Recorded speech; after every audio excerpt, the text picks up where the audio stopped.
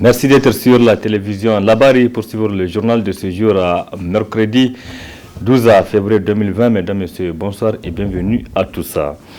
Quelques jours après le début de l'opération d'enrôlement biométrique donc dans le cadre des préparatifs des élections générales de 2020-2021 dans la région de Niamey, l'ambiance est peu timide, en tout cas dans les différents sites visités ce matin par notre équipe.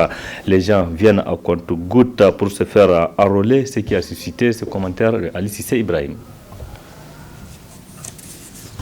L'opération d'enrôlement biométrique qui est en cours dans la région de Niamey donne l'occasion aux citoyens qui se rendent dans les différents centres d'enrôlement pour se faire enrôler de constater que la CENI a mis en place des appareils numériques à la pointe de la technologie en vue de la constitution du fichier biométrique qui sera nécessaire pour les prochaines élections législatives et présidentielles.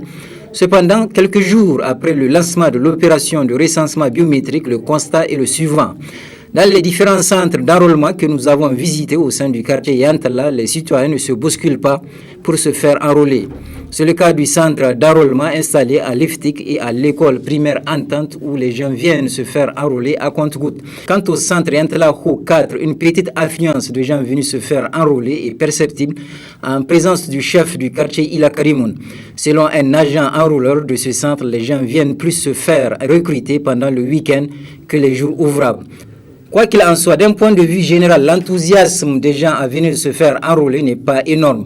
Et à juste titre, on doit se demander qu'est-ce qui explique ce manque d'intérêt de la part des citoyens.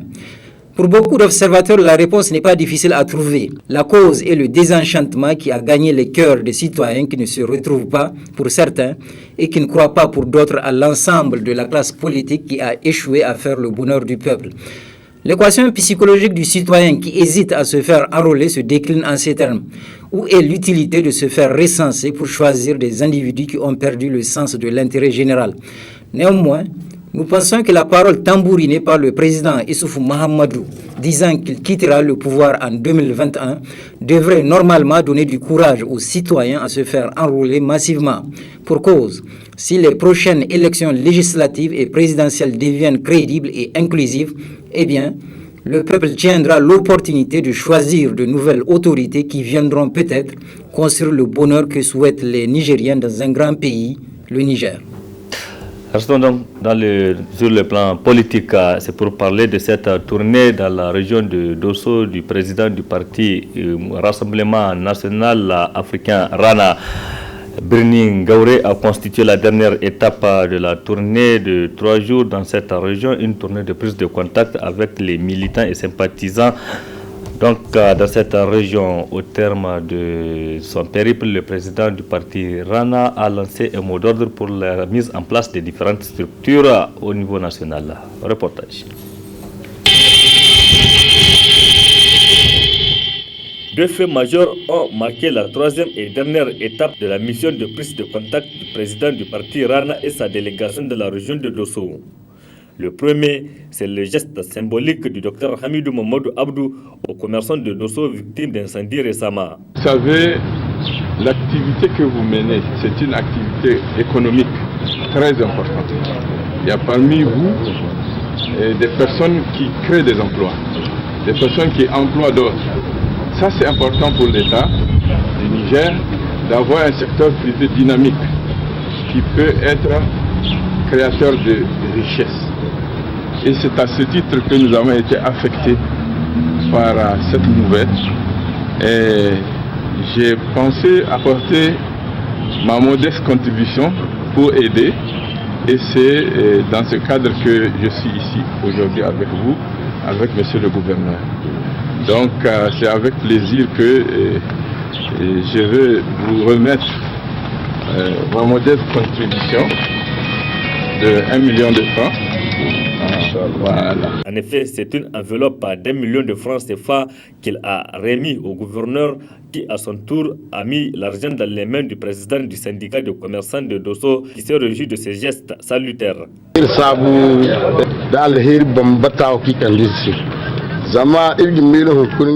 C'est vraiment une joie immense. On le remercie vivement pour ce noble geste et que Dieu le protège et l'accompagne de cette noble mission.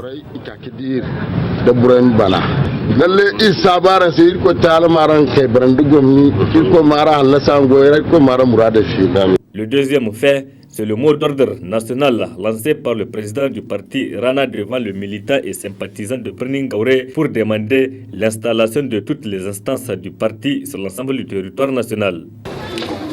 Ce travail, nous devons le faire conformément aux orientations définies par le parti et inscrites dans la note stratégique de mise en place des structures de base de Rana. Ainsi, nous nous engagerons après dans le renouvellement des structures provisoires et ce, du niveau communal au niveau régional en passant par le niveau départemental. Ce qui nous amène à garantir le rayonnement de notre parti avec des structures définitives d'ici la fin du mois d'avril 2020. Permettez-moi de vous citer ce passage de notre hymne.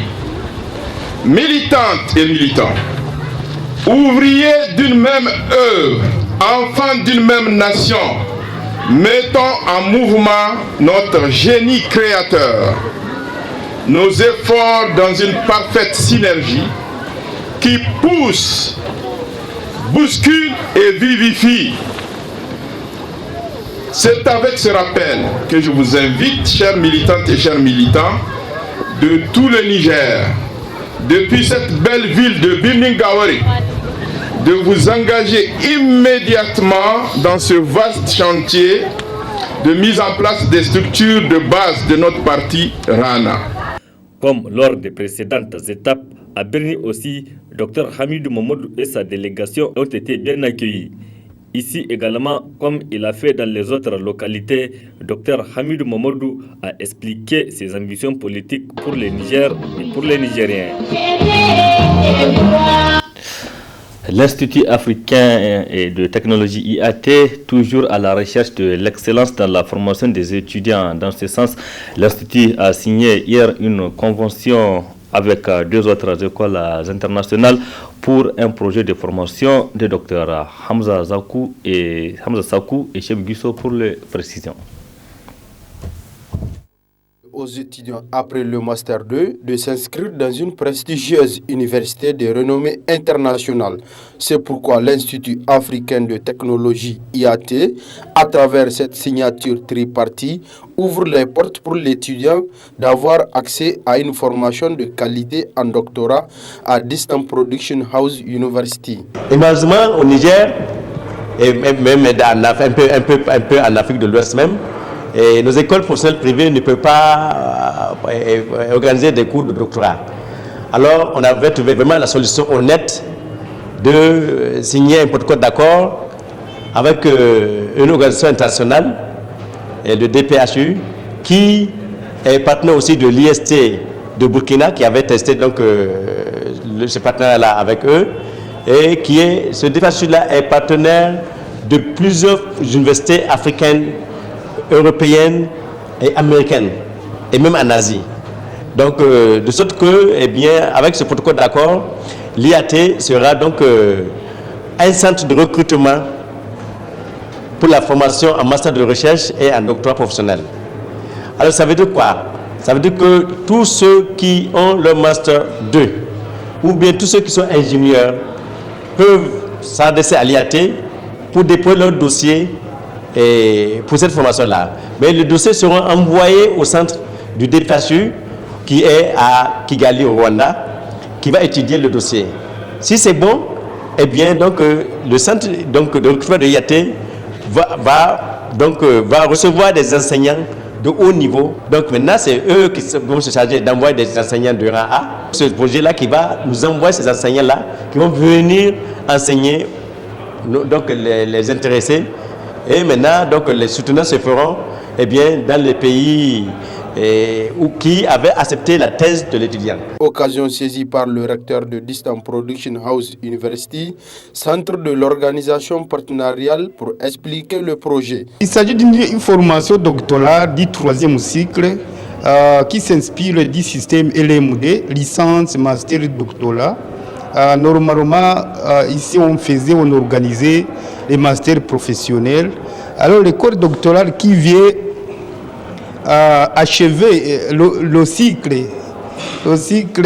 système LM, le D qui s'ajoute, va d'abord insister sur le programme de master recherche qui est une condition d'admissibilité à l'école doctorale. Et après le master recherche, on va directement entamer le cycle doctoral qui d'une durée de 3 ans à les autres 280 crédits, soit 6 semestres et 3 ans. L'IAT met à la disposition des étudiants inscrits au doctorat un cadre logistique et structurel par son bureau qui sert de point focal. IAT, une école qui met en avant la culture de l'excellence.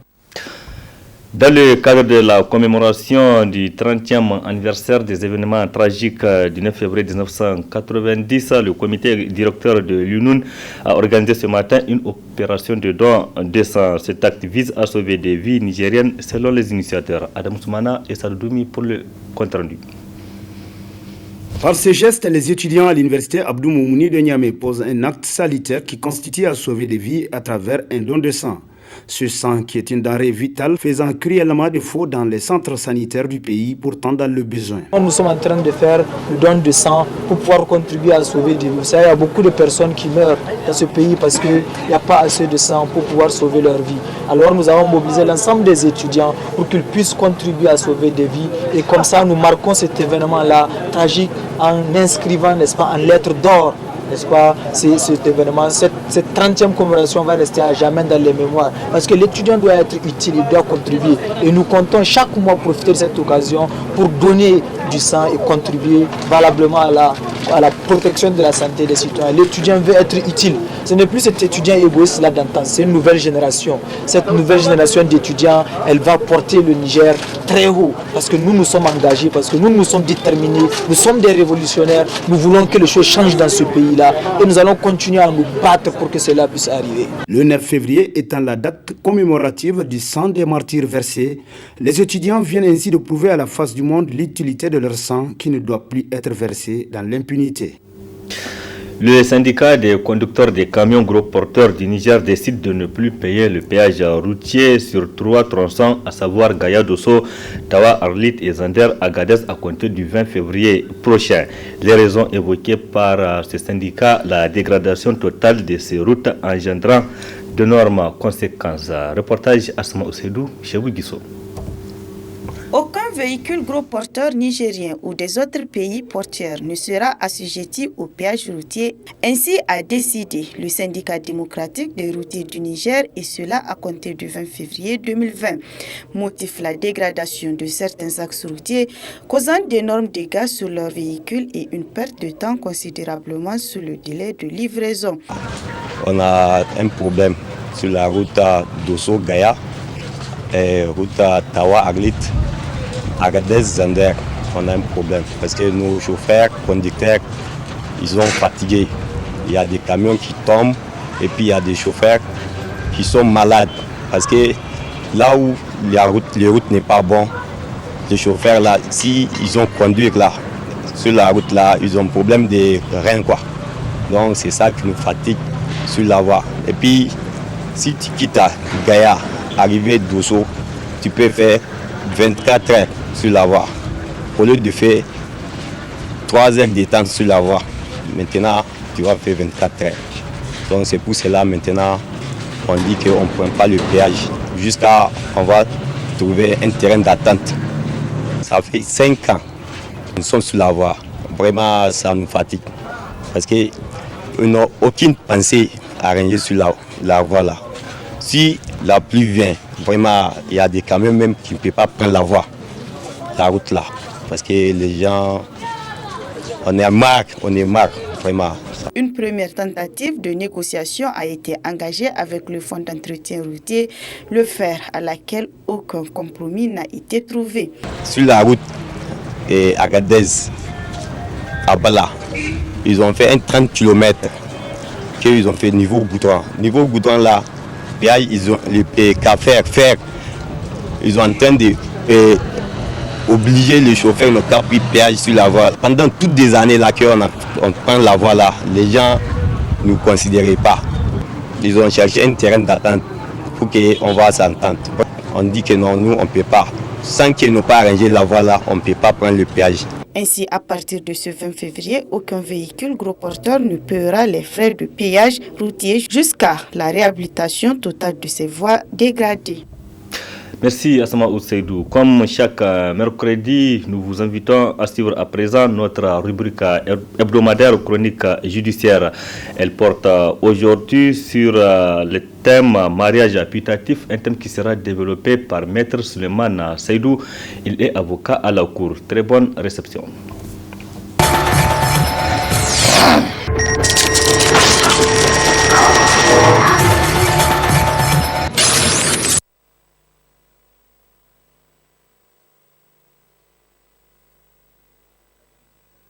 Le mariage putatif s'agit là d'une notion qui est propre au droit de la famille. Lorsque vous décidez de contracter mariage, vous devez vous assurer du respect des conditions de fond et de forme pour la validité de ce mariage. Alors lorsque le mariage remplit les conditions de fond et de forme, ça ne cause évidemment aucun problème. Mais il y a des mariages qui sont conclus alors qu'il y a des conditions qui n'ont pas été respectées ou bien qu'il y ait un empêchement à ce mariage-là. Et donc lorsque il y a des conditions de fond ou de forme qui ne sont pas respectées, le mariage peut être annulé. Lorsqu'on annule le mariage, ça prouve ce mariage de ses effets passés comme à venir. Le mariage putatif, en réalité, c'est un mariage qui est déclaré nul, mais dont les effets passés sont conservés par la loi. Parce que l'un des époux ou les deux étaient de bonne foi au moment de la célébration du mariage. Alors, lorsqu'on prend un exemple de manière pratique, vous pouvez rentrer en relation de mariage avec une personne, alors que cette même personne est déjà dans un autre lien de mariage qui n'a pas été dissous. Alors si ce mariage n'a pas été dissous, en droit civil nigérien, vous ne pouvez pas contracter deux fois un mariage tant que le premier mariage n'a pas été dissous. Si dans de telles conditions, vous contractez mariage avec une tierce personne et que cette tierce personne ne savait pas au moment de la conclusion du mariage qu'il y a un mariage précédent que vous n'avez pas annulé, naturellement, le mariage sera célébré. Mais si par la suite, cette personne découvre ou on découvre qu'en réalité, vous ne pouvez pas légalement vous marier parce que le mariage précédent n'avait pas été dissous, ou n'avait pas été annulé, le second mariage que vous avez contracté sera déclaré nul. Mais les effets passés du mariage seront conservés parce que l'un des époux était de bonne foi. L'un des époux ignorait l'existence de l'empêchement, par exemple, au mariage, ou ignorait l'existence d'un lien de filiation entre vous deux. Dans ces conditions, le mariage conservera ses effets passés. Mais il sera tout de même considéré comme étant nul. Voilà ce qu'on peut dire sur le mariage putatif.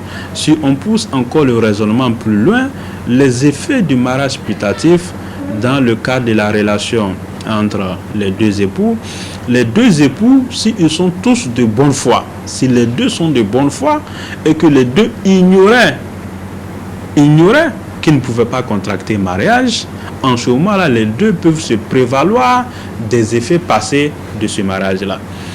Alors si c'est un seul des époux qui était de bonne foi, c'est seulement cet époux qui peut se prévaloir des effets passés de ce mariage. Et donc l'autre époux qui était de mauvaise foi, lui, il ne peut pas se prévaloir des effets passés du mariage. Et c'est également pareil en ce qui concerne les enfants. Les effets du mariage putatif sont également applicables aux enfants dans le cadre, par exemple, de la succession et autres. Et donc, puisque l'un des époux avait été trompé ou l'un des époux était de bonne foi, les enfants peuvent également bénéficier des effets de ce mariage putatif.